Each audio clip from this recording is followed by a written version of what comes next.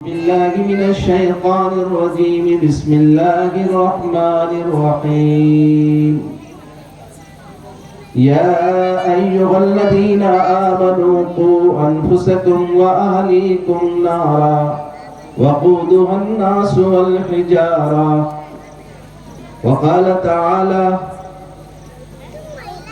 وقال النبي صلى الله تعالى عليه وسلم كلكم راع وكلكم مسؤول عن رعيته أو كما قال عليه الصلاة والسلام وقال النبي صلى الله تعالى عليه وسلم كل مولود يولد على الفطرة فأبواه يهودانه أو يمجسانه أو ينصرانه أو كما قال عليه الصلاة والسلام صدق الله مولانا العظيم وصدق رسوله النبي الكريم ونحن على ذلك لمن الشاهدين والشاكرين والحمد لله رب العالمين.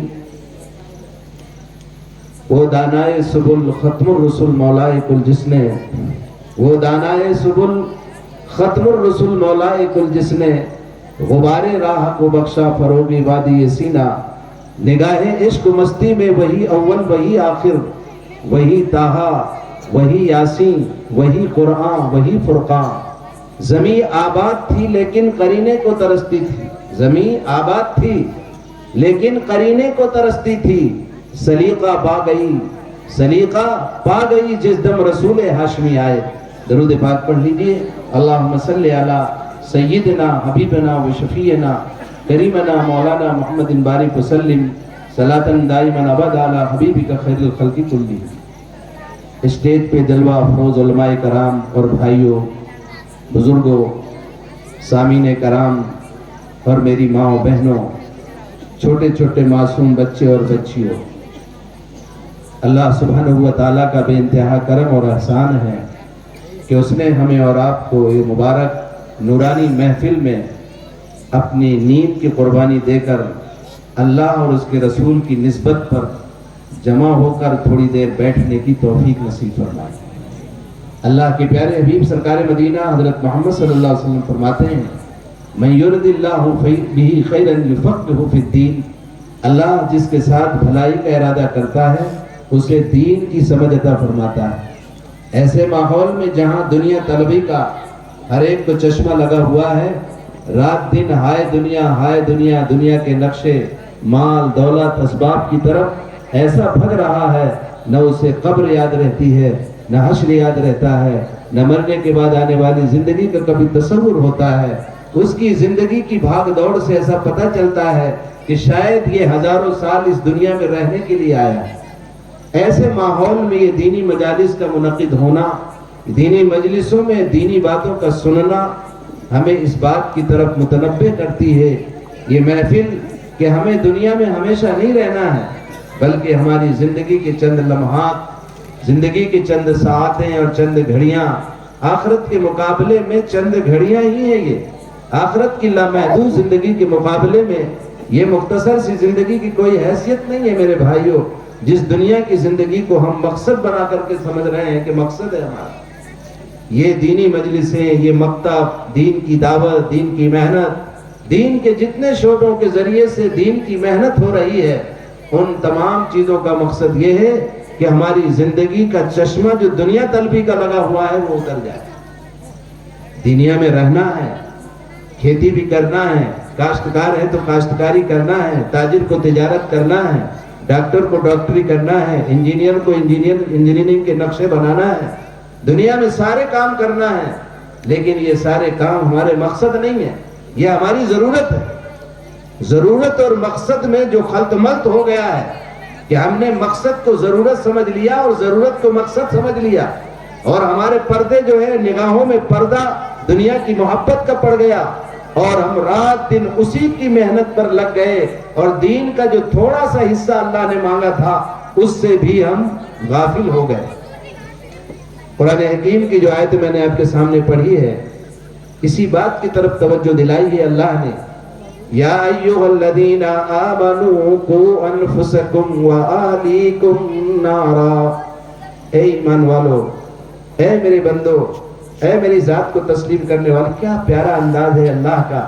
اے میرے ایمان والے، مجھ پر یقین کرنے والوں، مجھے اپنا رب ماننے والوں، جتنے ترجمے کر سکتے ہو آپ، یا ایھا الذین آمنو، اے مجھ پر وشواس کرنے والے، مجھے اپنا رب حقیقی ماننے والوں، مجھے پالنہار ماننے والوں، میری جنت اور دوزخ پر یقین کرنے والوں، آخرت کی باتوں پر یقین رکھنے والوں، میرے نبی نے جو تمہیں خبریں دی ہیں ان خبروں پر یقین رکھنے والوں، یا ایھا الذین آمنو، اے میرے نبی حضرت محمد صلی اللہ علیہ وسلم کی رسالت کا اقرار کرنے والوں، میرے نبی کو آخری نبی ماننے والوں، میرے نبی کی خبروں پر سچ ماننے والوں، میرے نبی نے جو کہا ہے اس کو حق جاننے والوں، یا ایھا الذین آمنوا قوا انفسکم، اے ایمان والو، اے میری ذات کو اپنا رب اور میرے نبی حضرت محمد مصطفیٰ صلی اللہ علیہ وسلم کو اپنا رہبر کامل بنانے والوں، آخری نبی ماننے والوں، سن لو، قوا انفسکم واہلیکم نارا، اپنے آپ کو اور اپنے گھر والوں کو، بیوی بچوں کو جہنم کی آگ سے بچاؤ جس کے ایندھن انسان اور پتھر ہوں گے۔ یہ کوئی کہانیاں نہیں ہیں، یہ فرضی کہانیاں نہیں ہیں، کالپنک کہانیاں نہیں ہیں جو سنائی جا رہی ہیں، یہ قرآن کی وہ آیات سنائی جا رہی ہیں جس کا ایک ایک لفظ، جس کا ایک ایک حرف، جس کا ایک ایک نقطہ، جس میں کوئی تبدیلی ممکن نہیں ہے، جس کے بارے میں اللہ نے کہا لا تبدیل لکلمات اللہ، اللہ کے کلمات اور احکام میں کوئی تبدیلی نہیں ہوگی، ہے قول محمد قول خدا، فرمان نہ بدلا جائے گا، ہے قول محمد قول خدا، فرمان نہ بدلا جائے گا، بدلے گا زمانہ لاکھ مگر قرآن نہ بدلا جائے گا۔ یہ وہ قرآن کی آیتیں میں نے آپ کے سامنے پڑھی ہیں، وہ مطالبہ کر رہا ہے۔ اگر ذرہ برابر بھی ہم نے یہ کہہ دیا اور شک کیا، ارے کس نے دیکھا ہے قبر میں کیا دیکھا، کس نے دیکھا ہے، اگر کس نے دیکھا ہے تو تمہارا ایمان سے تم اپنا خیر مناؤ، کیونکہ ہماری آنکھوں کی دیکھی ہوئی بات غلط ہو سکتی ہے، ہمارے کانوں کی سنی ہوئی بات غلط ہو سکتی ہے، لیکن قرآن نے جو کہا، اللہ کے نبی نے جو فرمایا، ہمارے آقا حضرت محمد صلی اللہ علیہ وسلم نے جو خبریں دی ہیں، اس میں غلطی نہیں ہو سکتی۔ اسی کا نام تو ایمان ہے، ایمان بالغیب اسی کا نام ہے۔ ہم نے نبی کو نہیں دیکھا، ہم نے خدا کو نہیں دیکھا، ہم نے صحابہ کو بھی نہیں دیکھا، ہم نے تابعین کو بھی نہیں دیکھا، لیکن ہمارا وشواس اور یقین ہے کہ نبی کی نبوت کی خبر دی ہے صحابہ نے، صحابہ کے بعد تابعین نے، تابعین کے بعد تبع تابعین نے، پھر ائمہ ہدی نے، صالحین نے، بزرگان دین نے، ایک کثیر تعداد صحابہ کرام، 1.25 لاکھ صحابہ نے نقل کیا، پھر اس کے بعد تابعین نے نقل کیا، تبع تابعین نے نقل کیا، اس کے بعد لاکھوں، پھر ہزاروں سے لاکھوں، پھر کروڑوں انسانوں سے اور ایمان والوں سے یہ سنتے چلے آ رہے ہیں، اور واسطہ در واسطہ محمد رسول اللہ صلی اللہ علیہ وسلم کی شریعت کو پورے شرائط کے ساتھ سنتے چلے آ رہے ہیں۔ ایسا نہیں ہے کہ سنی سنائی کچھ اتنی تھی تو پھر اتنی ہو گئی، پھر اتنی ہو گئی، ایسا نہیں ہے۔ اتنے اہتمام کے ساتھ، کیوں؟ دوسری شریعتوں میں تو یہ ہوا، دوسری کتابوں کے احکامات میں تو ہوا، عیسائیت میں خلط ملط ہوا، موسیت میں خلط ملط ہوا، اور دنیا کے دوسری کتابوں میں لوگوں نے قطر بیعت کی، دوسری چیزوں میں اپنی تہذیبوں کو ملایا، اور ملاتے ملاتے بہت زیادہ بڑھا دیا، لیکن اس قرآن میں کوئی زبر اور زیر کا فرق بھی نہیں کر سکا، کیونکہ اللہ نے اس کا وعدہ کیا تھا اِنَّا نَحْنُ نَزَّلْنَا الذِّكْرَ وَإِنَّا لَهُ لَحَافِظُونَ، کہ قرآن کو ہمیں نے اتارا ہے اور ہمیں اس کی حفاظت کریں گے۔ قیامت تک کوئی اس میں آپ نے سنا ابھی بچی کی زبان سے؟ مکالمے میں سنا آپ نے قرآن میں زیر کتنے ہیں، قرآن میں زبر کتنے ہیں، قرآن میں نقطے کتنے ہیں، قرآن کی آیات کتنی ہیں، قرآن میں رکوع کتنے ہیں، قرآن کی صورتیں کتنی ہیں؟ صحابہ نے سنا، صحابہ نے نقل کیا، اتنے اہتمام کے ساتھ نقل کیا گیا کہ اگر اللہ کے پیارے حبیب سرکار مدینہ حضرت محمد صلی اللہ علیہ وسلم نے کوئی حدیث صحابہ کو سنائی، اور کھجور کی حدیث ہے کہ کھجور کیسے کھانا، تو آپ نے کھا کر بتایا اور پھر وہ حدیث سنائی، آج بھی محدث حدیث جب سناتا ہے تو کھجوریں رکھتا ہے اور کھجوروں کو لے کر اپنے شاگرد کو حدیث سناتا ہے، کھجور کھلاتا ہے پہلے، پھر حدیث سناتا ہے اور اس کو اجازت دیتا ہے کہ یہ کھجور والی حدیث جب اپنے شاگرد کو سنانا تو اسی طرح پہلے کھجور کھلانا، اس کے بعد حدیث سنانا۔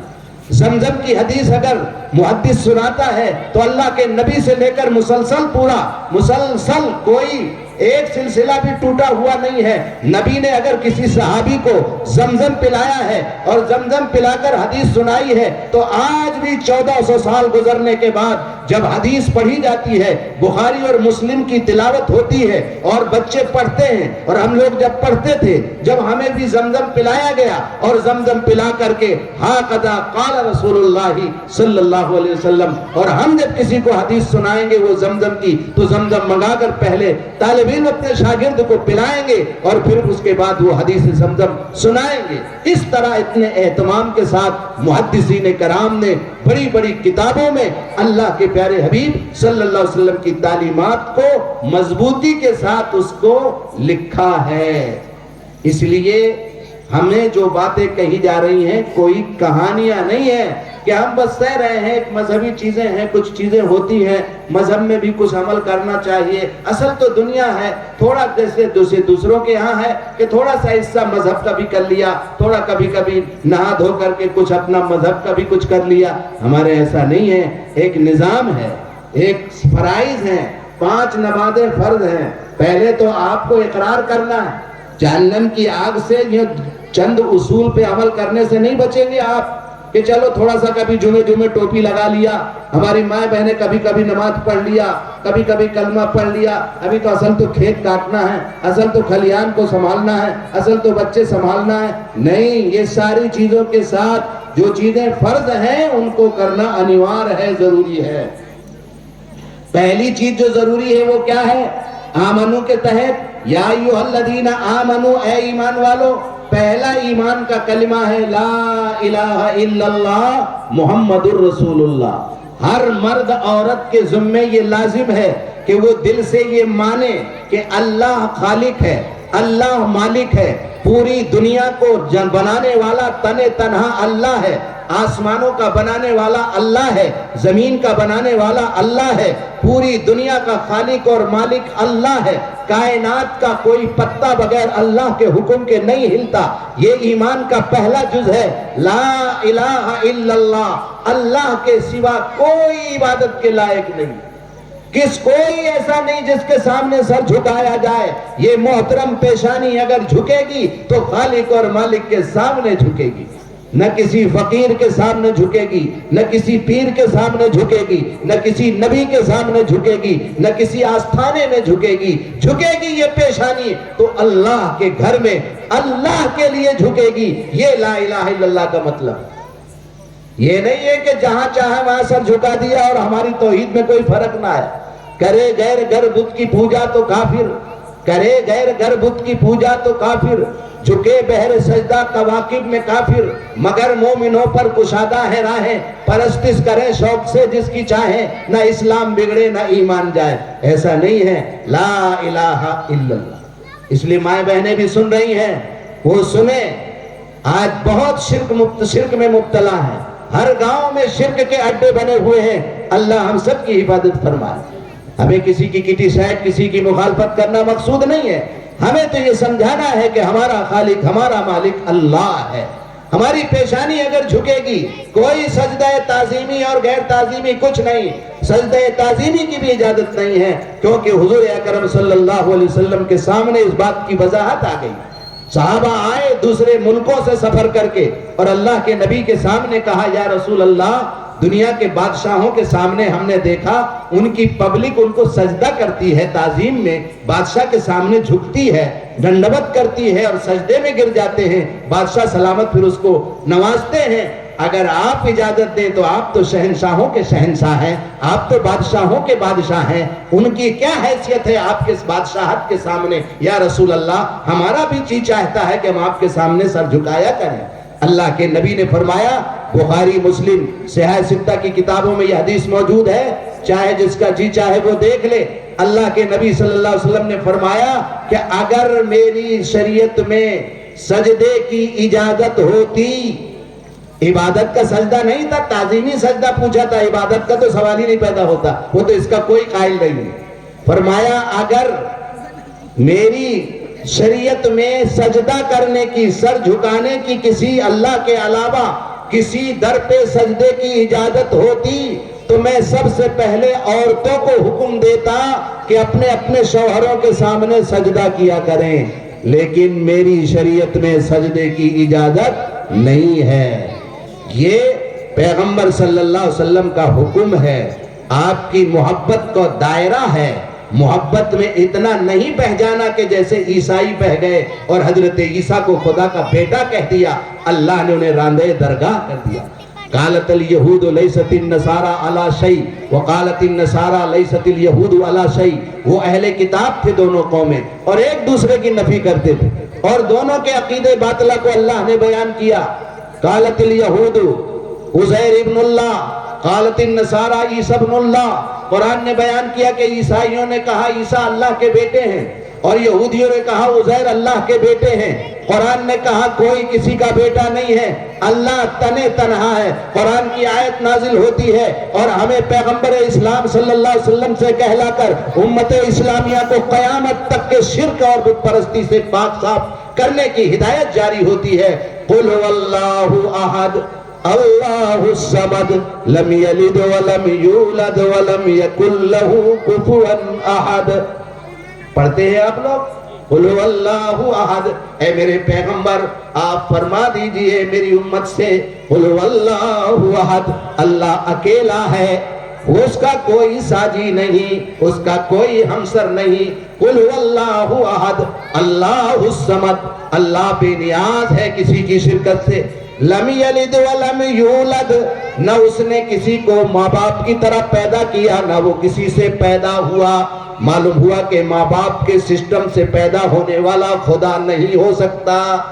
لم یلد ولم یولد، اللہ نے فرمایا وہ نہ کسی سے جنا. ولد یلد ولادتن کے معنی ولادت ہونا، جننا، یعنی وہ کسی ماں سے پیدا نہیں ہوا، کسی مائی نے خدا کو نہیں جنا. لم یلد ولم یولد، اس نے نہ کسی کو جنا نہ وہ کسی سے جنا گیا.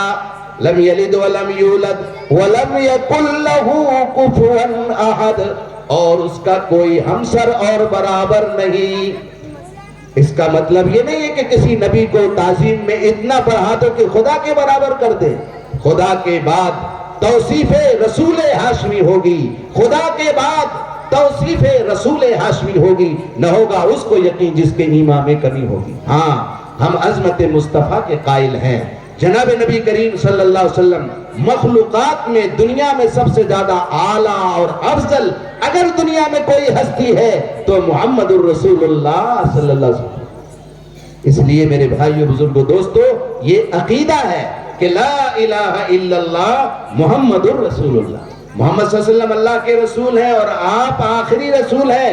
یہ بھی ایمان لانا ضروری ہے تاکہ کوئی شک شبہ نہ ہو، کسی قسم کا کوئی شکیلی عروجی بروجی کوئی قادیانی غلط عقیدے والا کوئی نبوت کا دعویٰ نہ کر سکے. آپ آخری نبی ہیں، یہ بھی اللہ نے بیان کر دیا. ما کان محمد ابا احد من رجالکم ولکن رسول اللہ وخاتم النبیین. ما کان محمد ابا احد من رجالکم، محمد صلی اللہ علیہ وسلم تم میں سے کسی مردوں کے باپ نہیں ہے، سلسلہ نسب نہیں ہے، ان کا نسب سے نہیں چلے گا. ولیکن رسول اللہ وخاتم النبیین، لیکن وہ اللہ کے رسول ہیں اور خاتم النبیین ہے، آپ کے بعد کوئی نبی آنے والا نہیں ہے. یہ مردوں کو بھی عقیدہ رکھنا، ہماری ماں بہنوں کو بھی رکھنا ہے کہ لا الہ الا اللہ محمد الرسول اللہ کا یہ وضاحت ہے کہ میں نے یہ دل کی گہرائیوں سے مانا کہ ہمارا خالق ہمارا مالک اللہ ہے اور محمد صلی اللہ علیہ وسلم ہمارے رسول ہے اور آخری رسول ہے. مطلب جو ہمارے نبی نے ہمیں بتایا جینے کا طریقہ، چلنے کا سلیقہ، جو بیاہ اور شادی کا جو طریقہ، رہنے سہنے کا جو طریقہ ہمارے نبی نے جو ہمیں بتایا ہے وہ اللہ کا پسندیدہ طریقہ ہے. جو نبی سے ہٹ کر طریقہ اختیار کرے گا وہ کبھی منزل مقصود تک نہیں پہنچ سکتا.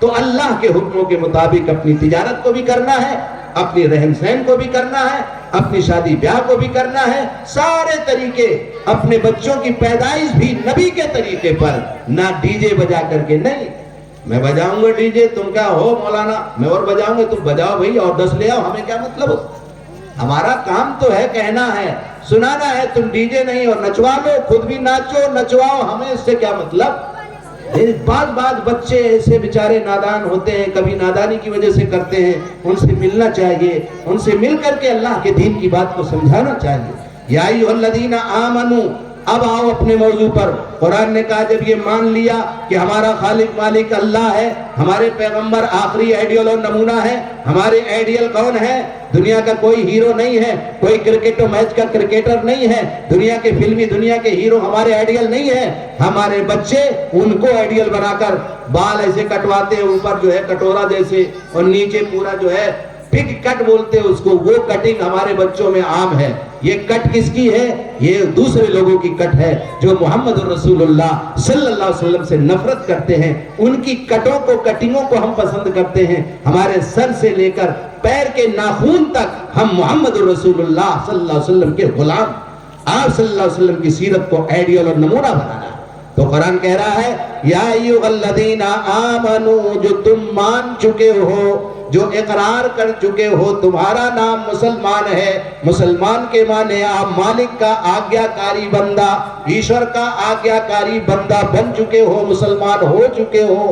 یا ایھا الذین آمنوا قوا انفسکم واہلیکم نارا، اپنے آپ کو اور اپنے گھر والوں کو جہنم کی آگ سے بچاؤ جس کے ایندھن انسان اور پتھر ہوں گے۔ اپنے آپ کو کیسے بچائیں گے؟ ان اعمال کو کریں گے جو جہنم سے بچانے والے۔ وہ کیا ہے؟ اب کلمہ پڑھ لیا ہم نے تو سب سے پہلا فریضہ کیا ہے؟ بنی الاسلام علی خمس، جناب رسول اللہ صلی اللہ علیہ وسلم نے فرمایا 5 چیزوں پر اسلام کی بنیاد ہے۔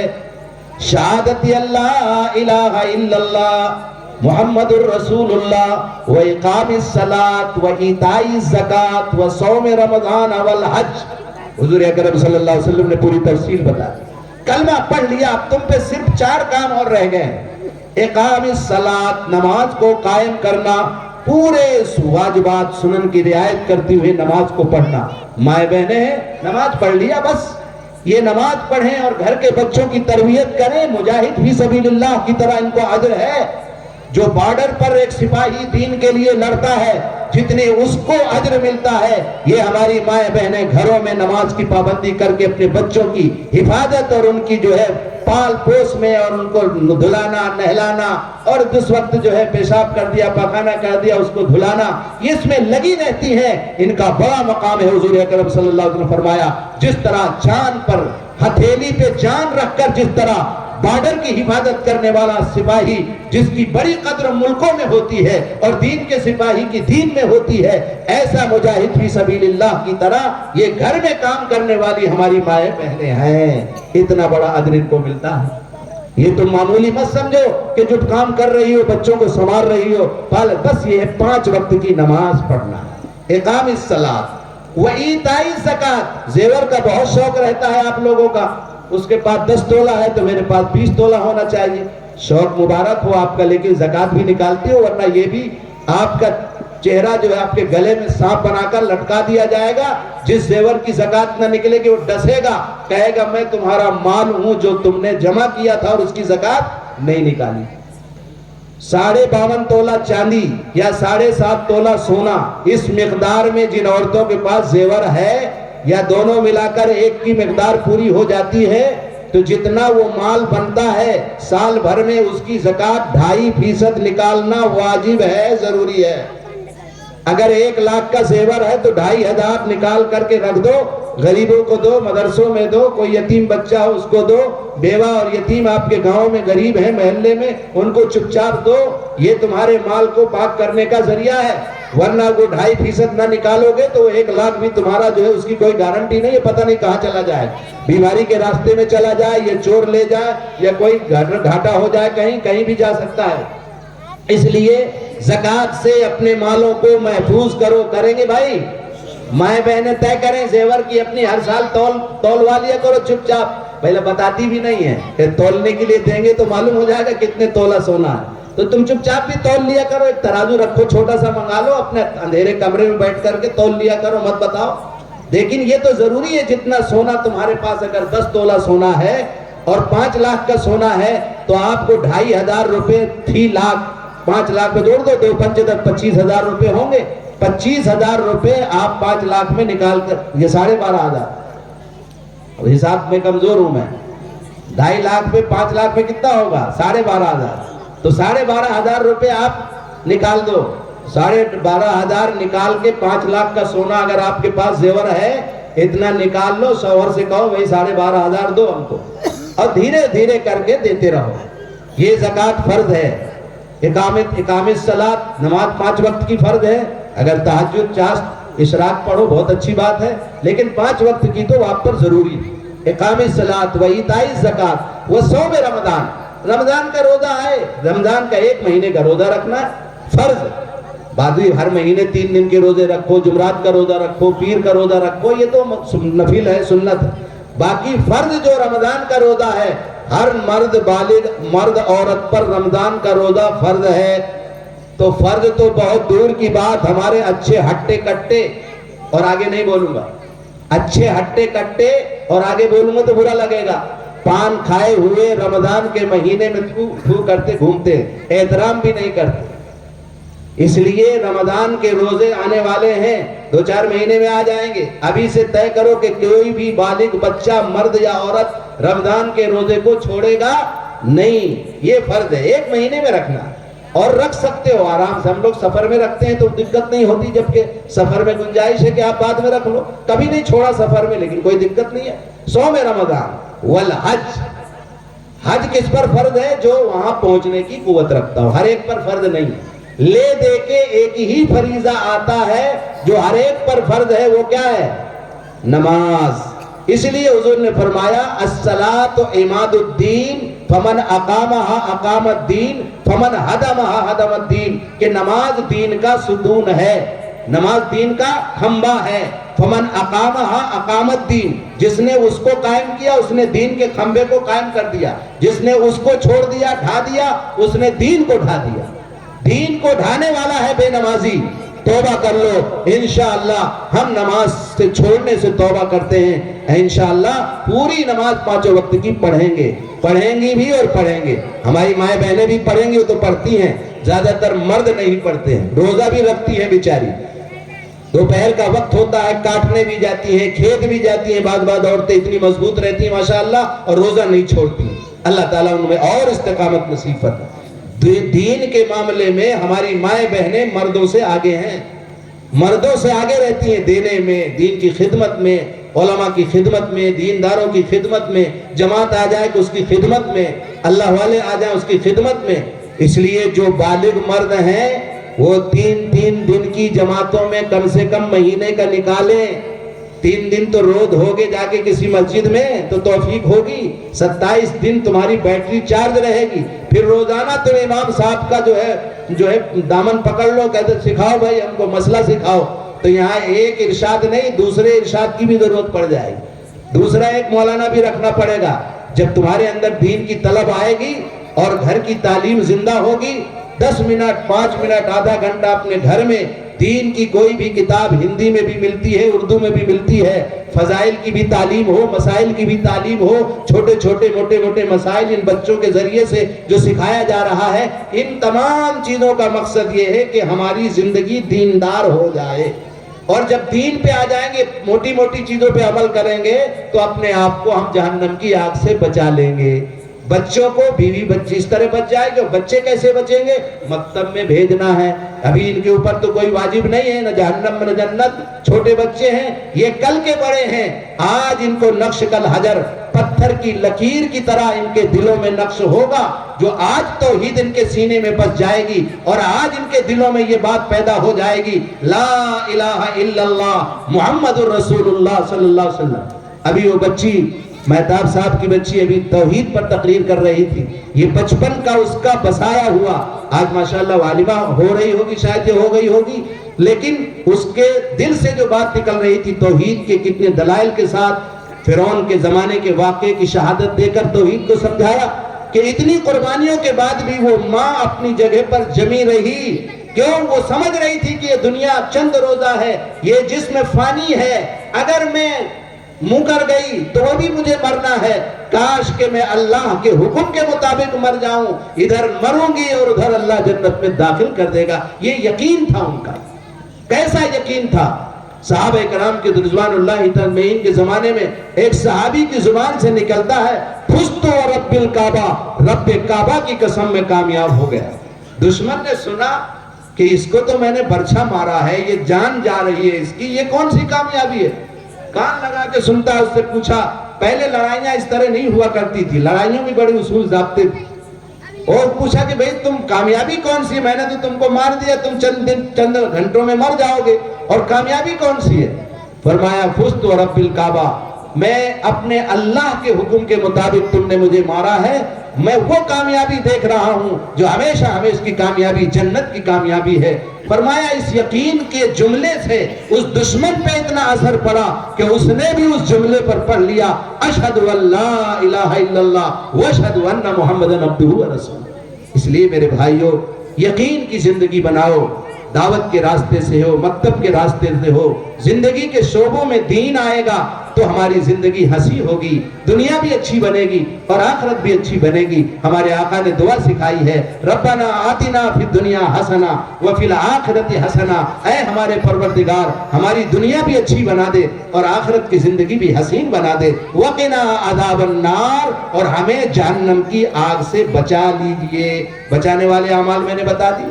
یا ایھا الذین آمنوا قوا انفسکم واہلیکم نارا. اسی آیت میں یہ فرمایا کہ اے ایمان والے بندے اور بندیوں, اپنے آپ کو اور اپنے اہل و عیال کو, اپنے گھر والوں کو جہنم کی آگ سے بچاؤ. اس لیے یہ کوئی تفریحی جلسہ نہیں ہے, یہ کوئی دلوں کے خوش کرنے کے لیے نہیں ہے, یہ مقصد والا جلسہ ہے. آپ کو اس مقصد پر پیغام دیا جا رہا ہے کہ اپنے گھر میں دین کو داخل کرنا ہے. اپنے بچوں کو نہیں حافظ عالم آپ بنا رہے ہیں, ہر ایک کے لیے حافظ عالم بننا ضروری نہیں ہے. یہ تو اللہ جس کو ذالک فضل اللہ یؤتی من یشاء, یہ اللہ کا فضل ہے, اللہ جس کو نماز دے, جس کے گھر میں سبھی حافظ عالم ہو بہت مبارک ہے. لیکن آپ ڈاکٹر بناؤ, انجینئر بناؤ, سب کچھ بناؤ, لیکن اللہ والا بناؤ, وہ اللہ کی حقیقت سے واقف ہو. جیسا کہ اکبر الہ آبادی نے توجہ دلائی, تم شوق سے کالج میں پڑھو, پارک میں جھولو, تم شوق سے کالج میں پڑھو, پارک میں جھولو, جائز ہے غباروں پہ اڑو, چرخ پہ جھولو, پر ایک سخن بندہ عاجز کی رہے یاد, اللہ کو اور اپنی حقیقت کو نہ بھولو. کالج میں گئی بچیاں ہماری تو اللہ رسول کو بھول گئی, بے پردہ بے محابہ جا رہی ہیں, آ رہی ہیں. پردے کے اہتمام کے ساتھ ہمیں کالج جانا ہے. ہمیں اللہ اور اس کے رسول کے حکموں کے مطابق کالج کی زندگی میں آپ قائم اور دائم اپنے شریعت پر کب رہیں گے؟ جب یہ بچپن میں ہماری تختی مضبوط ہو جائے. اس لیے مدرسوں میں تو 2.5%, 3% بچے مشکل سے جاتے ہیں مدرسوں میں, 97.5% تو یہ مکتب کے ذریعے سے دین آئے گا. ان کے لیے ہر گاؤں میں مکتب کا قیام. آپ کا مکتب ماشاءاللہ کامیاب ہے, آپ کی ذمہ داری ہے کہ اس مکتب کو اور منظم کریں, اپنی گاڑی کمائی اس مکتب پر خرچ کریں. ہم لاکھوں روپیہ دکھاوے میں خرچ کرتے ہیں, دنیا کے کاموں میں خرچ کرتے ہیں, جو بے سود کام ہیں ادھر ادھر بھی خرچ کرتے ہیں, اور اللہ کبھی زبردستی بھی خرچ کروا دیتا ہے. ہم جب دین پہ خرچ کرنے کے عادی ہو جائیں گے, انشاءاللہ دوسری فضول خرچیوں سے اللہ بچا لے گا. ڈاکٹروں سے بچا لے گا, پولیس سے بچا لے گا, دوسرے محکموں سے اور عدالتوں سے بچا لے گا. اللہ دنیا کے تمام جھمیلوں سے, جھگڑے اور لفڑوں سے بچا کر سکون اور راحت والی زندگی ہوگی. وہ نبی پاک علیہ السلام کی جو پاکیزہ زندگی, مدینہ کی زندگی, اور مدینہ کو جو بنایا تھا اللہ کے نبی صلی اللہ علیہ وسلم نے, کیسا مدینہ بنایا تھا کہ ایک دوسرے سے پریم, محبت اور الفت, جو قبیلے آپس میں لڑنے والے سال ہا سال آپس میں لڑنے والے قبیلے شیر و شکر کر دیا تھا حضور نے، جن کو علامہ اقبال نے کہا خود نہ تھے جو راہ پر اوروں کے ہادی بن گئے، کیا نظر تھی جس نے مردوں کو مسیحا کر دیا۔ وہ جینے نہیں جانتے تھے، وہ جینے کا قرینہ سکھانے والے بن گئے۔ وہ صحابہ کرام جن کا تقدس ہمارے دلوں میں بیٹھا ہوا ہے، کہ جن کو شاعر نے کہا صحابہ کے طریقے پر جو ہم ثابت قدم ہوں گے، وہ بدو عرب کے جاہل جن پر کوئی حکومت کرنے کے لیے تیار نہیں تھا، اسی دین اسلام کی برکت سے پوری دنیا کے کونے کونے میں چھا گیا اسلام۔ 23 سال کی مدت، کم مدت میں حیرت انگیز انقلاب پوری دنیا میں برپا ہو گیا۔ جو خود نہ تھے جو راہ پر اوروں کے ہادی بن گئے، کیا نظر تھی جس نے مردوں کو مسیحا کر دیا۔ اسی دین سے، جس دین سے وہ عرب کے بدو دنیا کے حکمراں بنے تھے، اسی دین سے آج بھی ہم ترقی پا سکتے ہیں۔ یاد رکھو امام مالک رحمۃ اللہ علیہ فرماتے ہیں لا یسلو آخر هذه الامہ الا ما سلو اولها، اس امت کا آخری طبقہ نہیں درستگی کے پہنچ سکتا مگر انہی چیزوں سے جن سے ان کا پہلے والا ترقی کیا۔ ترقی کرنا چاہتے ہیں دنیا اور آخرت میں تو دین کے راستے کے علاوہ کوئی دوسرا راستہ نہیں ہے۔ طے کرو کہ انشاءاللہ اس مکتب کو اور مضبوط کریں گے بھائی انشاءاللہ۔ ہماری مائیں بہنیں طے کریں کہ نماز نہیں چھوڑیں گے انشاءاللہ۔ بغیر جہیز کی شادی بھی کریں گے بھائی، بغیر جہیز کی ہاتھ اٹھاؤ۔ نہیں اٹھائیں گے انشاءاللہ۔ نہ لیں گے نہ دیں گے کچھ نہیں۔ بچیوں کو اتنا عام کر دو، نکاحوں کو آسان کر دو کہ لوگوں کی نیندیں جو حرام ہیں وہ دور ہو۔ کریں گے انشاءاللہ۔ اللہ تعالیٰ رسموں والی شادیوں سے ہماری حفاظت فرمائے، حضور اکرم صلی اللہ علیہ وسلم والا طریقہ نکاح ہمیں نصیب فرمائے، حضور والا سلیقہ نصیب فرمائے۔ ہمارے گھروں میں آپس میں ایک دوسرے کی جو بغض و عناد، عداوت و دشمنیاں، وہ سلام کے ذریعے سے دور کرو۔ السلام علیکم۔ گھروں میں جب ہم داخل ہوں گے تو سلام کرتے ہوئے داخل ہوں گے۔ جائیں گے کون کون سلام کرے گا گھر میں؟ کیا ہمارے بیوی بچے سلامتی کے مستحق نہیں ہیں؟ اب وہاں جاتے تو بیوی بھی ہنستی ہے۔ ارے ہنسنے کی کیا بات ہے، بولو سلام نہیں کیا آپ نے، سلام کرو۔ کیا ہم آپ کی دعاؤں کے مستحق رہے؟ بچے ہماری عورتوں کی بھی کمی ہے، وہ جہالت رہتی ہے تو ان کو کرو السلام علیکم سلام کر۔ ارے ہنسنے کی کیا بات ہے، بلکہ ٹوکو ان کو کہ آپ آئے ہیں گھر میں، آپ نے سلام نہیں کیا۔ کیا ہم آپ کی دعاؤں کے مستحق نہیں ہیں؟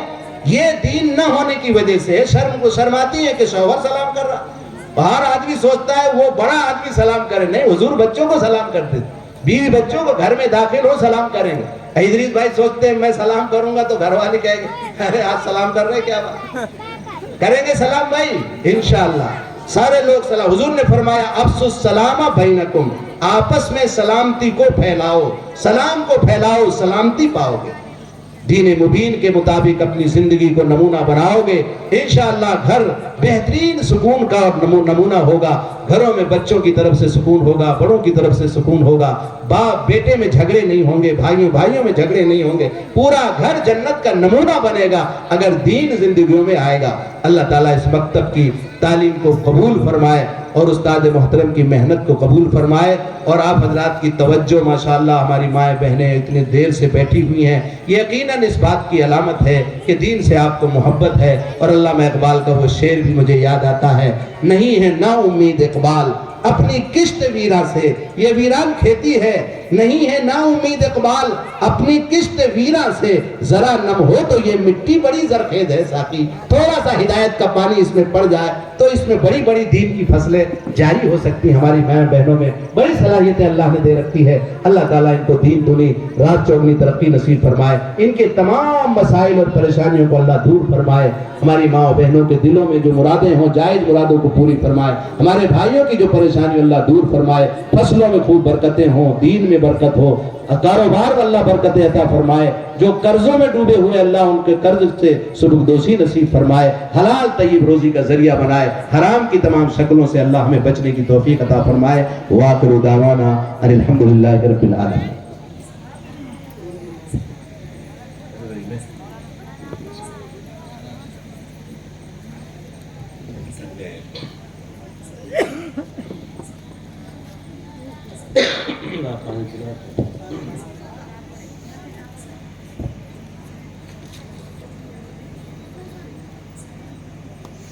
نعت پاک کے چند اشعار ہیں، بچے جو ہے ضد کرتے ہیں نا، ارشاد کی ماننا پڑتی ہے۔